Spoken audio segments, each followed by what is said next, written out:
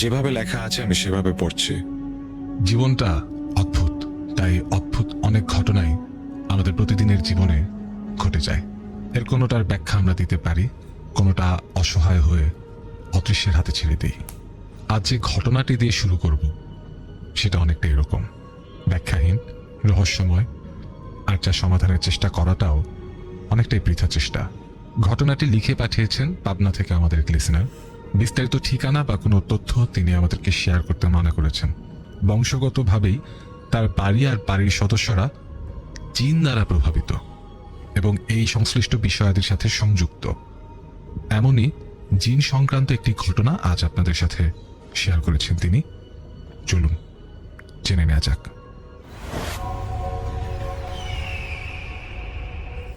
আমি ছোট থাকতে শুনেছি আমার দাদা অনেকগুলো অনুগত জিন ছিল। ছোটবেলা থেকে আমাদের বাড়ির আশেপাশে, এমনকি এখনো অতি মানবীয় অনেক কিছু অস্তিত্ব টের পাই। এই যেমন ঘরের টিনের চালের ওপরে হঠাৎ মনে হয় ৮০-১০০ কেজি ওজনের বালির বস্তা ঠাস করে পড়ে যায়। এত ভারী কিছু টিনের চালের ওপর পড়লে নিশ্চয়ই টিনের ওপর এর চিহ্ন থাকবে, কিন্তু খুঁজতে গেলে পুরো চালের ওপরে কোনো দাগ পাওয়া যায় না। আর এগুলো ঘটে ঠিক রাত ১২টার পর থেকে একদম রাত ৪টার মধ্যে। মাঝে মাঝে বাড়ির সাথেই বাঁশের বাগানে মনে হয় যেন টর্নেডো বয়ে যাচ্ছে, কিন্তু আশেপাশে কোথাও বাতাস পর্যন্ত নেই। আবার রাত ১২টার পর ঘর থেকে বাইরে গেলেই দেখা যায় নারিকেল গাছের মাথায় আলো জ্বলছে। তবে এদের কেউ কখনো আমাদের ক্ষতি করে না, তাই এগুলো নিয়ে আমরা তেমন একটা মাথাও ঘামাই না। মাঝে মধ্যে একটু ঝামেলা হয়, যেমন বাইকের চাবিটা যেখানে ছিল সেটা আর ওখানে থাকে না। আম্মা একটু পাশের বাড়িতে যাবেন, চশমাটা যেখানে রাখেন সেখানে তিনি খুঁজে পাচ্ছেন না। রান্না করতে যাবেন, চুলার পাশে দেশলাইটা রেখেছিলেন, ওটা আর সেখানে নেই। আমি হয়তো মানিব্যাগে কিছু টাকা রেখেছিলাম, ওখান থেকে কোনো টাকা নেই। নেই মানে নেই, একদম গায়েব। এগুলো একদম গা শোয়া হয়ে গেছে, তাই কিছু মনেই করি না। আমি বরং দেখেছি কোনো বড় ধরনের বিপদে পড়লে কেউ যেন কারো অজান্তেই আমাকে খুব কেয়ারফুলি বিপদ থেকে বাঁচিয়ে দিচ্ছে। যেমন ধরুন ২০১৬ সালে আমি প্রথম বাইক চালানো শিখি নানার বাড়ি কুষ্টিয়া গিয়ে। মামার বাইক নিয়ে প্রথম দিনই চলে যাই কুষ্টিয়া শহর থেকে ইসলামী বিশ্ববিদ্যালয় পর্যন্ত, আবার ফেরত আসি। বাড়ি পৌঁছানোর ঠিক আগে বটতলা নামের একটা জায়গা আছে, অনেক বড় একটা ৪ রাস্তার মোড়। ওখানে এসে আমি গাড়ির স্পিড কমাতে পারছিলাম না। একে তো নতুন চালানো শিখেছি, এখনো আয়ত্ত হয়নি, তার উপরে সামনে বিরাট জ্যাম, যা এই মাত্র ছাড়তে শুরু করেছে। পাশের লেনে সামনে থেকে একটা ট্রাক মাত্র অ্যাক্সেলারেট করে আসতে শুরু করেছে। আমি ভুল করে ওই ট্রাকের সামনেই বাইক চালিয়ে দিয়েছি। ওই অবস্থায় আমি কোনো মতেই বাইক কন্ট্রোল করতে পারছিলাম না। হঠাৎ মনে হলো কে যেন আমার হাতের ওপর দিয়ে জোর খাটিয়ে বাইকটাকে হঠাৎ অনেক স্পিড বাড়িয়ে ট্রাকের সামনে দিয়ে ৬ ইঞ্চি উঁচু ফুটপাতের ওপর উড়িয়ে নিয়ে গেল। আমি ট্রাকের দিকেই তাকিয়েছিলাম, মাত্র আধা ইঞ্চির জন্য সেদিন বেঁচে গিয়েছিলাম। ট্রাক থামিয়ে ড্রাইভার এসে আমাকে একটু বকা দিয়ে বলল, এইভাবে কেউ গাড়ি চালায়? আমি শুধু নির্বাক চোখে তার দিকে তাকিয়েছিলাম। আমার সারা শরীর কাঁপছিল। আমি বাইক থামিয়ে প্রায় আধা ঘন্টা ওইখানে একটা চা স্টলে বসে রেস্ট নিয়েছি, পানি খেয়েছি, কিন্তু শরীরের কাঁপুনি যায়নি। অদ্ভুত ঘটনা হলো, সময়টা ছিল মাগরিবের আজানের মাত্র ২-৩ মিনিট আগে।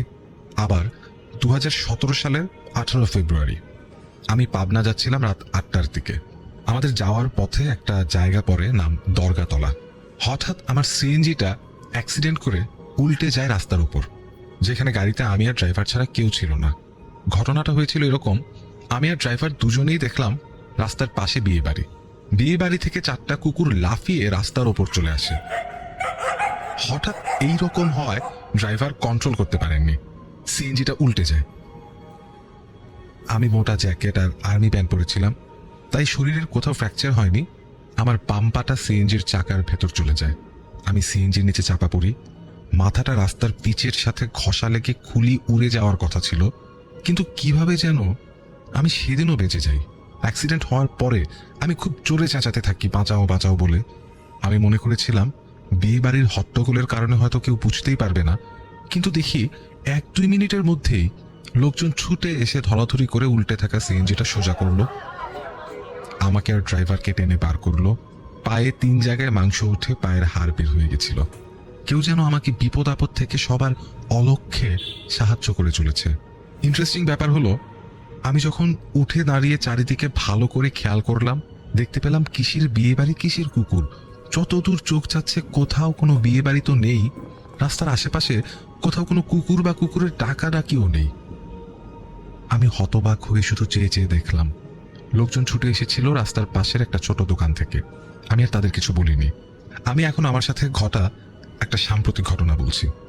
ঘটনাটা পাবনা শহরের কোনো এক জায়গার। কিছুদিন আগের কথা। আমি আমার মিড টার্মের শেষ পরীক্ষা দিয়ে বন্ধুদের সাথে দেখা করতে গেলাম কলেজের পাশের এলাকায়। ওদের সাথে আড্ডা দিতে দিতে কখন যে সময় ঘনিয়ে একদম গোধূলি হয়ে গেছে আমি খেয়াল করিনি। আমার বাড়িতে ফিরতে ফিরতে ওখান থেকে প্রায় 30 কিলোমিটারের রাস্তা। সিএনজিতে ফিরতে হবে, তাই বন্ধুদের বারবার বলছিলাম আমি চলে যাব, তোর আমাকে এগিয়ে দে। তো বন্ধুদের সাথে হাঁটতে হাঁটতে আমি মেইন রোডে উঠবো। 2-3 মিনিটের রাস্তা। অদ্ভুত বিষয় হলো, মাগরিবের আজান দেওয়ার মাত্র 5 মিনিট বাকি। আমরা হেঁটে হেঁটে যাচ্ছি। রাস্তার বাম পাশেই ছোট একটা কালী মন্দির, সাথে একটি নারিকেল গাছ, কিছু জংলা লতা, সবটাই উঁচু প্রাচীর দিয়ে ঘেরা। মাত্র আধা শতক জায়গার মধ্যেই হবে পুরোটা। কারা এখানে পুজো দিতে আসেন সেটা হয়তো কেউ খেয়ালই করে না, কারণ একটু পাশেই অনেক বড় একটা কালী মন্দির। যাই হোক, আমরা মন্দিরের একদম গা ঘেঁষে হেঁটে যাচ্ছি 4 বন্ধু, আর আমি একদম বাম পাশে। হঠাৎ আমার শরীরের ভেতর একটা চোরের ঝাঁকি দিল। কেন হলো আমি কিছুই বুঝতে পারলাম না। আমার বন্ধু আকাশ হঠাৎ আমার দিকে তাকিয়ে জিজ্ঞেস করলো, তোর কিছু হয়েছে? হঠাৎ এমন দেখাচ্ছে কেন? আমি বললাম, কই কি হবে আবার। আসলে আমিও কিছু বুঝতে পারছিলাম না। এটা নিয়ে ওরা আর তেমন ঘাটাঘাটি করলো না। হঠাৎ করেই মনে পড়লো আপুদের বাড়িতে যেতে বলেছিল, তাই আমি একটা ইজি বাইকে উঠে পড়লাম। টেবুনিয়া যাব। আপুদের বাড়িতে 6-7 কিলোমিটার রাস্তা। ওরা আমাকে বিদায় দিয়ে চলে গেল। আমি বসেছিলাম ড্রাইভারের ডান পাশে। গাড়ি একটু সামনে এগোতেই আমার ঘাড়টা কেমন যেন একটু একটু ব্যথা করতে শুরু করলো। আস্তে আস্তে আমার পুরো গাড়ি কেমন যেন পাকা হয়ে গেল এবং দৃষ্টি কেমন যেন ঝাপসা হয়ে গেল, আর হুঁশ বোধ আস্তে আস্তে কমে গেল। আমি খুব চেষ্টা করে যাচ্ছি যেন বেহুশ না হয়ে যাই। আমি হাঁপিয়ে হাঁপিয়ে নিঃশ্বাস নিচ্ছিলাম, অনেকটা হাঁপানি রোগীর মতো, আর মুখ দিয়ে গড় গড় আওয়াজের মতো নিঃশ্বাস বেরোচ্ছিল। আমি সব অনুভব করতে পারছিলাম, কিন্তু আমার নিজের উপরে নিজের কোনো কন্ট্রোল ছিল না। ইজি বাইকের ড্রাইভার খানিকটা জোরেই গাড়ি চালাচ্ছিল। আমি কেমন যেন ঘোরের মধ্যে ছিলাম, কিন্তু বুঝতে পারছিলাম আমার মুখ দিয়ে বের হচ্ছে, আস্তে চালা, আস্তে চালা। এই একটি কথা প্রায় 3-4 বার বললাম। আমি কখনো কোনো মানুষের সাথে অভদ্র ভাষায় কথা বলি না, কিন্তু মাঝবয়সী একজন গাড়ি চালকের সাথে কিভাবে তুই তো করে ভাষা বের হলো, এটা নিয়ে পরে আমি অনেক ভেবেও কোনো কুল কিনারা পাইনি। এর পরের ঘটনাটা আরো বেশি মারাত্মক। আমি টেবুনিয়া বাজারে নেমে গাড়ির ভাড়া দিলাম। গাড়িওয়ালা 10 টাকার ভাড়া 15 টাকা করে নিচ্ছিল, কিন্তু আমি দেখলাম কাঁপা কাঁপা হাতে মানিব্যাগ থেকে 10 টাকা বের করে দিলাম, আর কেমন যেন ফ্যাকাশে গলায় ফ্যাস ফ্যাস করে বার দুয়েক বললাম, 10 টাকায় রাখ, 10 টাকায় রাখ, 10 টাকায় রাখ। এরপরে ওই ঘাড় বাঁকা করা ঝাপসা দৃষ্টি নিয়ে ঘোরানোর মতো করে হেঁটে হেঁটে ভ্যানে উঠলাম। এরপর আপুর বাড়িতে পৌঁছলাম। ওখানে যাওয়ার পর আমি একদম আবার স্বাভাবিক, আমার যেন কিছুই হয়নি। আপুর বাড়ি থেকে খাওয়া দাওয়া করে বাদবাকি কাজ সেরে আমি আবার বাড়ির দিকে রওনা হলাম। আমার আপুর বাড়ি থেকে আমার বাড়ি আবার 22 কিলোমিটার রাস্তা। আমি সিএনজিতে উঠলাম। আমি কানে হেডফোন লাগিয়ে গান চালু করলাম। মাত্র গানটা 2 বার হলো, মানে 10 মিনিট পার হয়েছে। দেখতে পেলাম সিএনজি ড্রাইভার আমাকে আমার বাড়ির রাস্তায় নামিয়ে দিল আর বলল, তাড়াতাড়ি বাড়ি যান, দেখে শুনে যান। অথচ আমি যেখান থেকে সিএনজিতে উঠেছি সাধারণত সেখান থেকে আমার বাড়ি যেতে মিনিমাম 40 মিনিট সময় লাগে। এমনকি আমি গাড়ির ড্রাইভারকে চিনিও না, আর কোথায় নামবো সেটাও বলিনি। আর যখন আমি গাড়িতে উঠি তখন গাড়িটা এমনভাবে দাঁড়িয়েছিল যেন আমার জন্যই অপেক্ষা করছে, আর আমি গাড়ির কাছে যাওয়ার সাথে সাথেই গাড়িতে উঠে বসতে বলে। আমি গাড়িতে ওঠা মাত্র গাড়ি ছেড়ে দেয়, আর গাড়িতে আরো 4 জন যাত্রী আগে থেকেই বসেছিল। যাই হোক, বাড়ি ফেরার পথে আমি আমার স্টুডেন্টকে পড়াতে গেলাম। 1 ঘন্টা মতো পড়িয়ে বাড়ির দিকে হাঁটা শুরু করলাম। ওখান থেকে আমার বাড়ি 10 মিনিটের হাঁটা পথ। হাঁটতে হাঁটতে আবার সন্ধ্যার মতো শরীরের মধ্যে ঝাঁকুনি শুরু হলো।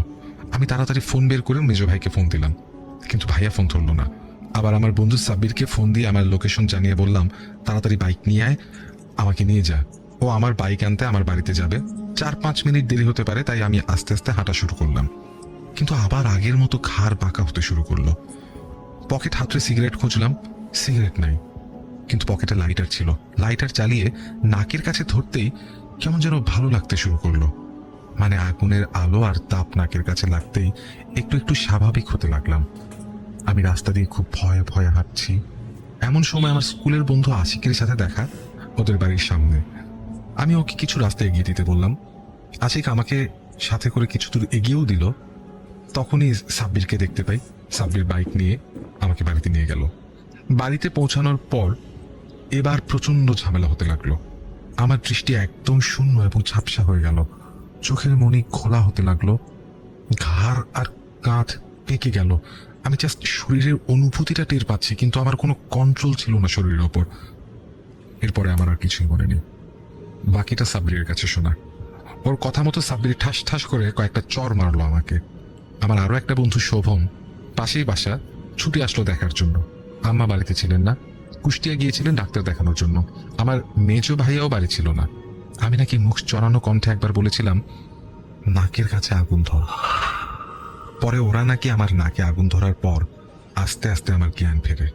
মসজিদের হুজুর এসে রাতে একবার ছাড়া দিয়ে গিয়েছিলেন, পানি পড়া গায়ে ছিটিয়ে দিলেন, আর পড়া পানি আমাকে খাওয়ানো হয়েছিল।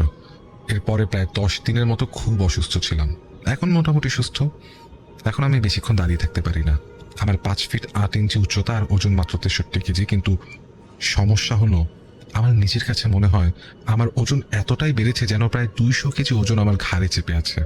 আমি খেয়াল করে দেখেছি, খালি পায়ে আমি শক্ত মাটির উপর দাঁড়িয়ে থাকলে ওই জায়গাটা প্রায় আধা ইঞ্চির মতো দেবে যায়। পায়ের স্যান্ডেলটা 1 সপ্তাহের বেশি পড়তে পারি না। মনে হয় অতিরিক্ত চাপে চিলতে হয়ে গেছে। শরীরটা সবসময় ব্যথা হয়ে থাকে। শরীরের কোথাও কেউ হাত দিয়ে একটু জোরে ধরলেই ওই জায়গাতে আঙুলের দাগ বসে যায়। হাঁটতে গেলে শরীরে কোনো ব্যালেন্স পাই না। অধিকাংশ সময় আমি বিছানাতেই শুয়ে থাকি।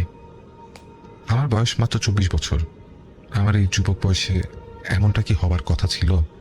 আমার কি এই বয়সে সারাদিন বিছানায় শুয়ে কাটানোর কথা? হয়তো এর উত্তর কারো জানা আছে, হবে আমি জানি না।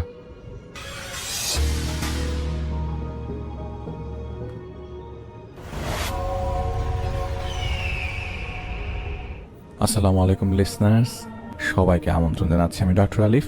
আশা করছি আপনারা সবাই ভালো আছেন, সুস্থ আছেন। সো শুরু করছি জাহিদ ভাইয়ের ঘটনা এবং হয়ে যাচ্ছি আমি জাহিদ ভাই। দুটা সম্প্রদায় এই পৃথিবীতে আছে, এক হলো ইনসান, আরেক হলো জিন, যারা দুনিয়াতে আবাস করে। আরেক বিশাল বাহিনী আছে যারা আলোর তৈরি ফেরেশতা।